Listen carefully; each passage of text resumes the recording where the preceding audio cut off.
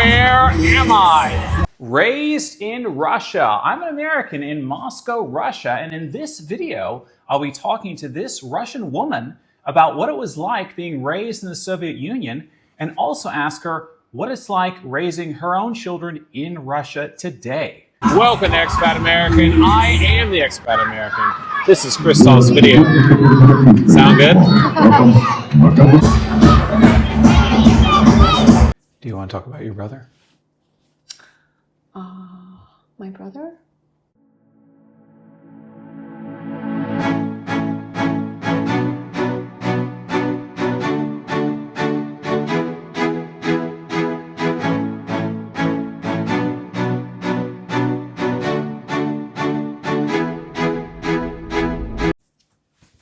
Rolling.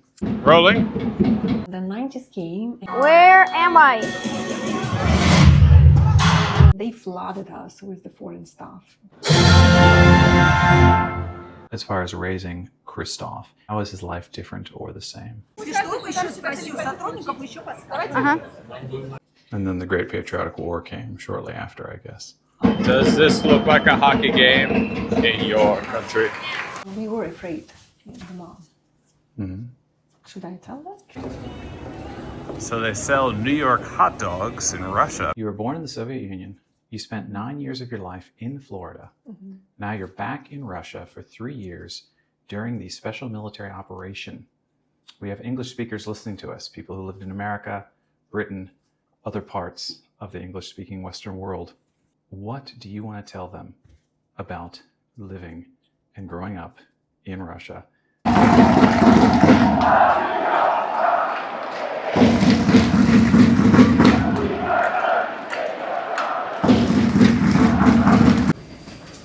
So I'm and my father going to hockey. Just he, very tired.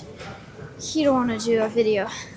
So I'll do a video and he'll edit it. I was born in the USSR. It sounds even now strange because this country doesn't exist anymore. But for me, it was my reality. I had my brother and 2 parents. I have never seen my grandparents because they died before I was born. And I know that my grandfather on my mom's side, he was going through 3 wars. So, and he actually came back from the war alive. He just died before I was born, unfortunately. And I know that my father's father also went through, at least through the World War II. And he came back from the war, luckily, and he was limping. So we're going to hockey on Metro. We are going to Petrovsky Park. So I have to read the sign, which is in Russian and in English, and figure out where Petrovsky Park is.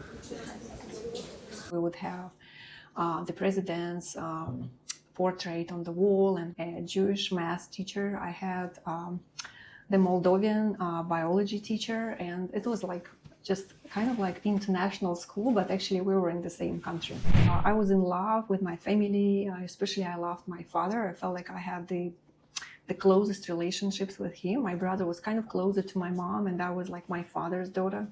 And I remember him, he would work a lot, and at the weekend he would get up really early, like at 6 a.m. and he would make breakfast for the family. And of course, I always wanted to sit next to him. And unfortunately, my father passed away when I was about to turn 9. So I was 8, almost 9.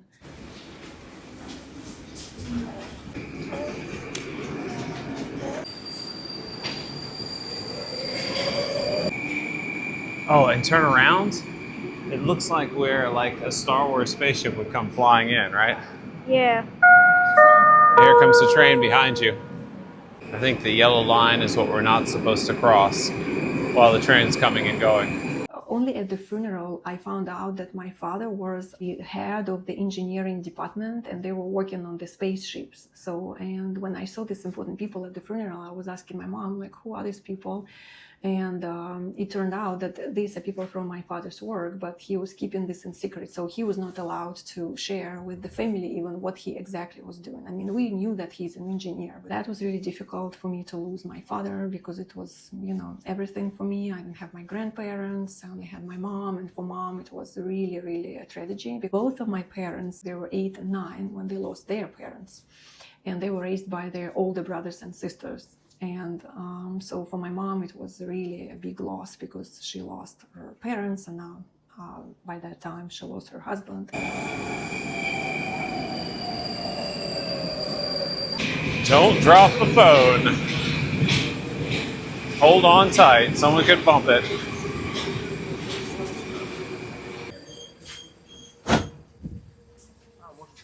My mom, she was a tailor. We had a 3-room apartment, and this was just for 4 of us. We also had a tradition in my family. We went to my mom's uncle. We went to celebrate the Victory Day, and my uncle was living in the Moscow Oblast, and it was always a tradition. We would go there, we would have barbecue, we would watch the parade, we would celebrate, and he will tell sometimes some stories about how he was serving in a tank for 8 months, and how, you know, these people, this generation, they don't want to talk. Like, it was hard for me to find out like more information, like what was happening, what he was doing exactly there. I know that he was a soccer player, and then he was serving in the tank during World War II, and he survived. And he came, he couldn't hear well.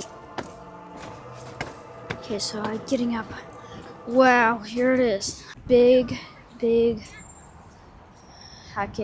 Were you aware as a child that life for your family was harder before you were born? Yes, I was told by my mom that, you know, she lost her parents, and my dad lost his parents.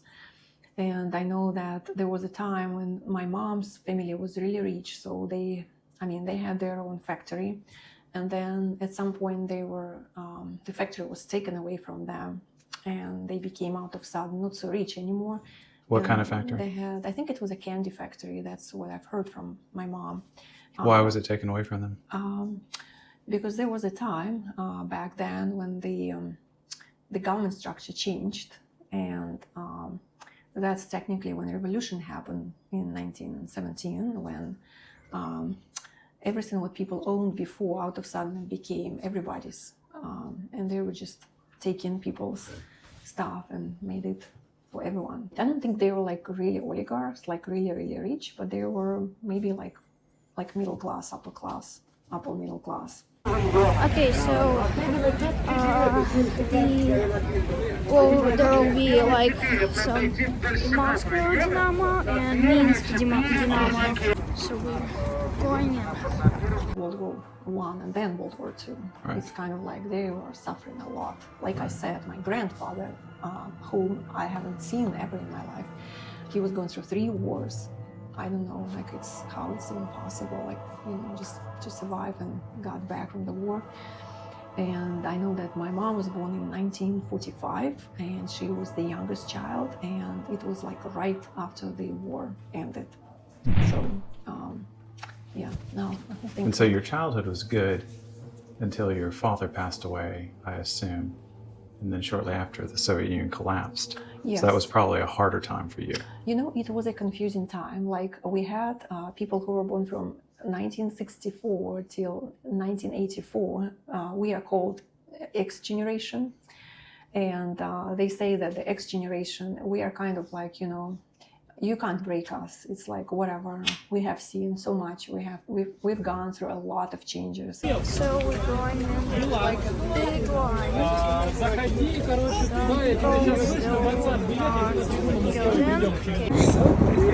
Yeah, it is. It's like an egg shape or something. An inflated raft, Yeah. I would say. We're in Moscow, Russia, at a hockey game. We were proud of something, like we have an idea, it's a huge country where we have a meaning, we're like building socialism, you know, we are helping people, like, and we were kind of, you know, growing with this idea. It's like idealistic idea that we're doing something great. Wow. So here's one arena. So it's multiple arenas in here because this one's not in use. I went to a lot of pioneer camps during my childhood, and I loved them. It was so much fun. I was like, You know, we were just having a lot of fun. We went swimming, we went to see the horses, we were doing a lot of fun stuff together. Food there, here. Glantvein, A lot of food. soda, Like, what do you hamburgers, french fries, candy bar. want? Shirts. No shirts. They have some popcorn. My father, actually, thanks to him, he started teaching me English since I was 6 years old. Like he knew English somehow back then, and he was teaching me. And I was really good at English in English at school. Sometimes the teacher even told me, "Well, I don't know what to do anymore with you, so you know everything already. Just like help other kids who are like behind or whatever." And then I was thinking, okay, my English is good enough, so I think I'll go to the linguistic school. Christoph, come on down.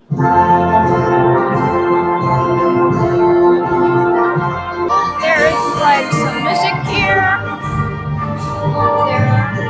When I was a teenager, I was watching this pooch on TV, and I was like, what tanks are in Moscow? It's in the center, the tanks are here, what's going on? So pooch is technically like a civil war. It's like when they change the power, the government inside of the country. It's so I don't know. And you said there were tanks on the street? Yeah, there were tanks on the street, and then there was like one party was against another party, so it was like all messed up. People were like thinking, what's going on? So there was fighting inside Moscow. Right. There was some shooting actually, and actually even some people died. It was like a very hard time. So when people... I remember that in the news when I was Yeah, I younger, remember and I think people- there was the Russian White House was damaged as a result of this. I think so, yeah. And I remember that it started kind of escalating. So there were a lot of people who started losing their jobs. The salary went down.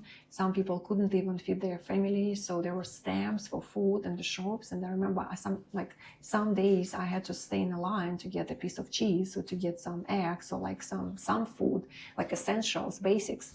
And you would have to stay in a line for like sometimes 2 hours just to get something because there was no food. And even now, like, I still can't understand, like, where all this food disappeared because we had plenty. Some real men down there. How's the rap? Remember, there were a lot of criminals in the street. Like, it wasn't even safe to walk in the street. Like, I remember I was like a teenager, and it was really dangerous to be alone, like after 8 p.m. or when it's dark, because there were like, you know, just a lot of criminals there, and people were fighting like for food, for money, for everything. I've lost a lot of classmates, and not even classmates, but the schoolmates, people who were like maybe 2 or 3 years older than me. A lot of them, they died of drugs, or they were killed, or they missed, you know. It just was a difficult time. And I remember back then, a lot of Russians were leaving Russia and going to the US and Israel and other countries, wherever they can go, because they were just, for some people, it was kind of the loss of their, you know, dream, because they had some kind of ideal, you know, society, like what we're building, what we're doing, we're focusing on something. Especially from the older generation, I've heard these theories that for some people were just emotionally crashed because they couldn't take it. Like, okay, what we're living for right now, it's like it's over, it's broken, we don't have the country anymore.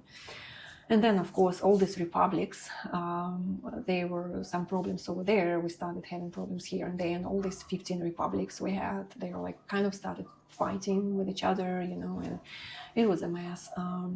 And again, because I was living in Moscow and I was from the family, my family was, you know, kind of like stable enough, so I was okay, and I was able to go through these times relatively okay.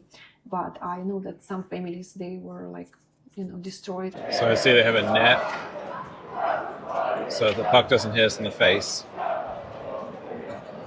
It will not. What's that? It will not hit you in the face. Right, because there's a net there. Yeah. And it will not go so far. Well, I assume it could, otherwise they wouldn't have the net there. There's people in every section.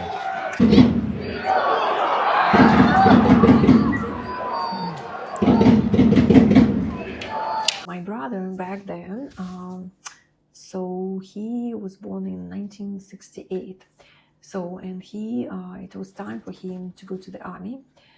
And that was the time, as I remember, my mom and me, we were very concerned that he would be drafted to Afghanistan, because it was an Afghanistan draft back then.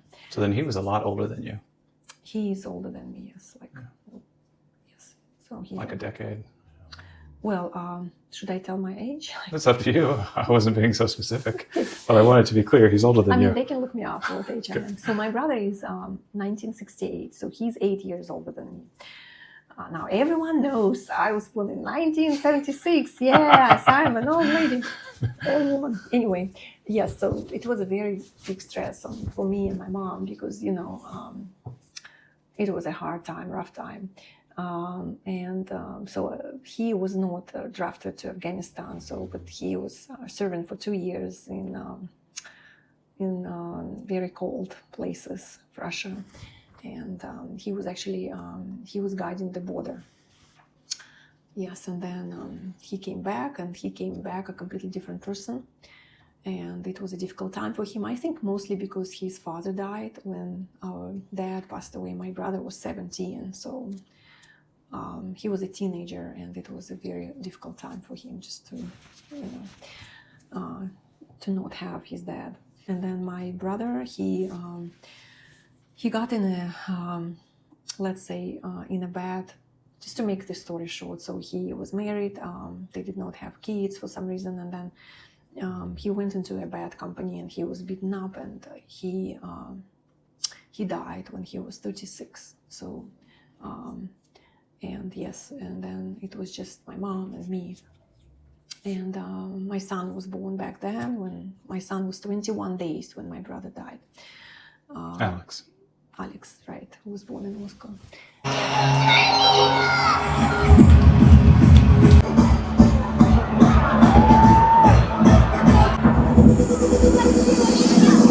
When I was a child, I remember this Cold War, and I remember how we were all sitting at the TV sets and watching, and we had this Programa Время, where it was in a very intense like voice and intense music. They were saying about how America is going to bomb us with their nuclear bombs, and we were like scared all the time. This feeling, like this atmosphere kind of hanging in the air, like, oh my gosh, something bad is going to happen any second. So America wants to bomb us, so it will be a nuclear war, so I know what we're going to do. And what world leaders were you afraid of? I was very afraid of Margaret Thatcher, because she seemed to me like she is really going to press the button and destroy us. Like, as a child, I just remember my perspective, like my impression when I saw this woman. I was thinking, oh my gosh, that's the end for me, for us. D01 bull. So I don't recognize the bulls. So that's probably the other country. So the other country got a point, and now I think we just got a point. So it's probably about to say 1-1. I don't know what it is. I don't know, but if everyone was standing up and like, okay, we get it. No, Moscow have one, and the other country don't have anything. Well, it says the bull has one. Yes, we the bull. I don't think Moscow's the bull, man. I think Moscow's the D. Whatever. Because you see the symbol on the floor, in the middle of the floor? Yeah, I see. That's the same symbol that has the 0. Yeah. So that means Moscow's losing. Starting 90s, they start like westernize everything. Like it just was like what it's called, the wind of the change. It's like all the young people, they were only looking into the American stuff, the Western stuff. Like, if you have like an eraser from the US, you are cool. It's like American movies, because in the early 90s, when I remember my brother, because he's older, he was taking me sometimes to watch this, this video. We have like these rooms where there was like one video set, and there were like a lot of people sitting there, and you're like watching in the small screen, and the translation is like, so it's translated right like that.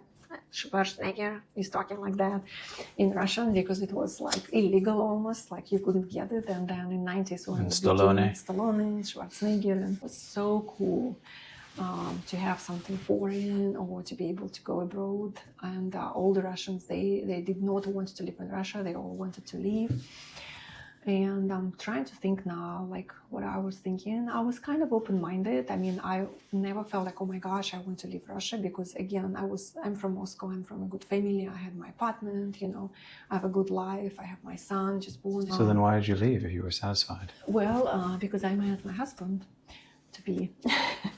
So my original idea, because I was studying English for so long, I always wanted to go to the regional country of the language. And I was already planning the trip to Great Britain. And I was thinking, okay, I will see London, and Big Ben, and, you know, I'll see all the stuff I was learning at school about. And then this conference happened, the Christian conference, and my friends told me, like, what if you go there? Just go there. Maybe you'll meet somewhere, because I was already divorced by that time. And I was like, oh yeah, maybe, so why not? But I wasn't planning to go to the US, but it's just, you know, I bought the tickets, and then I met my husband. I wanted to see, like, Great Britain, and then it happened that I saw the US, and I still haven't been to Great Britain, by the way. That's, I have.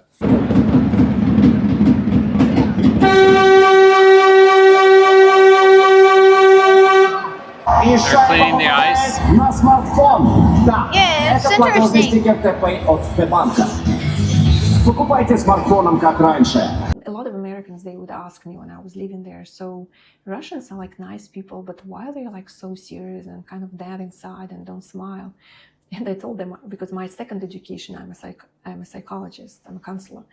And I told them, you know what, like studying more psychology and studying more about people and their feelings and emotions, just think about it. We had so many wars. It's like so many wars. We are constantly, we're like losing people. We lost 27 million people in the war, World War II. It means in every family lost someone. And this is just only the third generation of people. So we remember that. Like, I love the films about World War II. Now I cannot watch them. I started trying. I just can't watch them anymore because, you know, it's so real. They're so real. And, you know, I think if we were able to live in a peace for at least 100 years, we definitely wouldn't be that dead inside and serious. Because, you know, it's like, it's in our genes. It's like coded in a lot of Russians, the loss of, you know, family members. We're going to take some more. Oh wow, Christoph got cotton candy. That's kind of a tiny stick they have in Russia. Yeah, it is. Not American baseball style. What is it like being raised in Russia for your 9-year-old son today? You know, I was seeing this transformation from the USSR to the, let's say, young Russia, when I was also younger, and to, let's say, a more mature Russia now. My hope is that Russia today will be heading the same direction where we have been heading for the last, let's say, 10 years. And this is something Russia has learned about the USSR and, you know, a kind of a new foundation. We are stoic, we are strong, we know how to survive. We have done it for decades. And now it's not scary for us anymore. I have a big hope, and I see how things have been changing and how Russia is developing and continue to develop. And of course we have a lot of problems like any country. But in general, like I can compare what I saw even like, you know, 10 years ago or 12 years ago when I left Russia. It's a completely different country right now. Are you having fun, son? Yeah, Are you enjoying the game? yeah. There's escalators here. Well, now it's not a game. It's just a break. Right. Games for kids. For our second meal of the game, Christoph got a hamburger and I got shawarma. What is Christoph missing out on that he would have had in America? People in America, they are nicer to each other naturally, again, because they did not go through so many wars on their territory. So it's easier for them just kind of to be in a better mood. In Russia, it's people are deeper, they're more serious, and they're kind of like, you know, to the point, they're very direct. Again, it could be plus and minus. because Christoph, he's not going to be like a very, I wouldn't even say a polite, but like a person with these manners to smile, you know, to greet someone and say hello to everyone. He's more like on the Russian side, like shy and, you know, a little bit rough and direct. I wouldn't say he's shy. He's not shy? But he is an old soul. He is serious and to the point with what he says. Right, probably. Okay, so I'm not really hearing any practical differences from you. Yeah, I think it's the same people. Where we're sitting? There? Ah, Можно? Right here.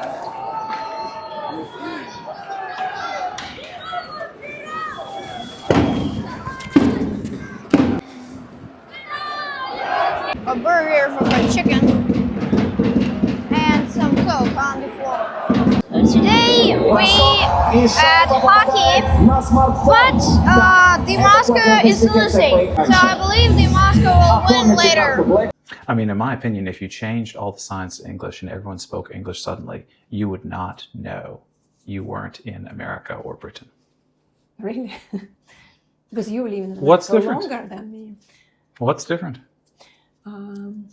Yeah, I think you're right. I mean, I think that Russian villages look different because they were abandoned, and now a lot of people are actually coming back to the land because we had this period of time when the villages just were left and people moved to the cities. And now more and more people want to go back and have like farms and be on the land and raise children, like not to have one child or two children, but to have more children.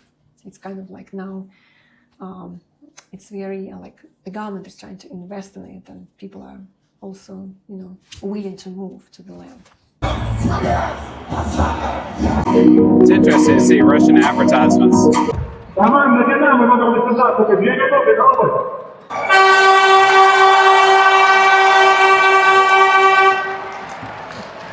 well, how do you feel?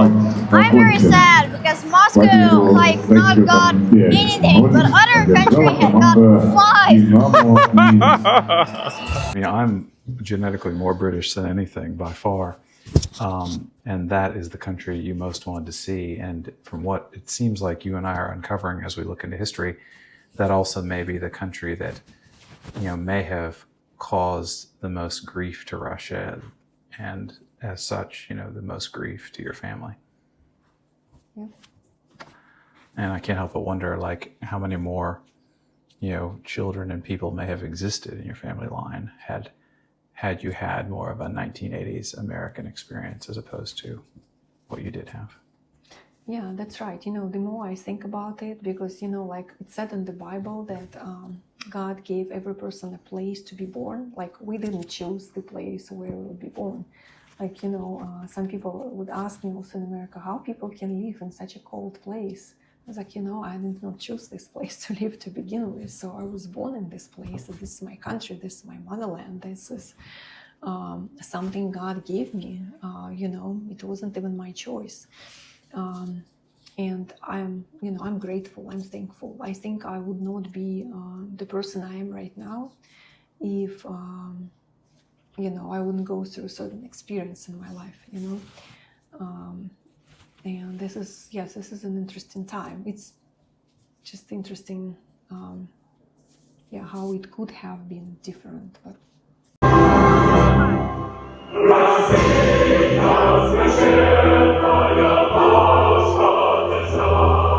All right, guys, that's the end. Now it's your turn to comment and tell us what you think. Christoph, say goodbye. Goodbye. Like, subscribe, click the share button, send us to your friends, and click them off. See what happens. Thank you for your time. If you'd like to hear the rest of what Svetlana had to say, go to our Telegram channel link below right now. So Christoph checked his coat, and I didn't even know it. He knows the Russian system better than me. Good. All right. You work here? Okay, cool. So it's just the honor system. I'm an American in Moscow, Russia. So I assume there's Escalator. nothing. Sweetie. Hello. Raised in Russia. I'm looking in the wrong spots. Oh la la. Young Russian woman about what it was like growing up in the Soviet Union. You want to say something quick? Well, if I was raised in the Soviet Union, it means I'm not a very young woman, but still young enough.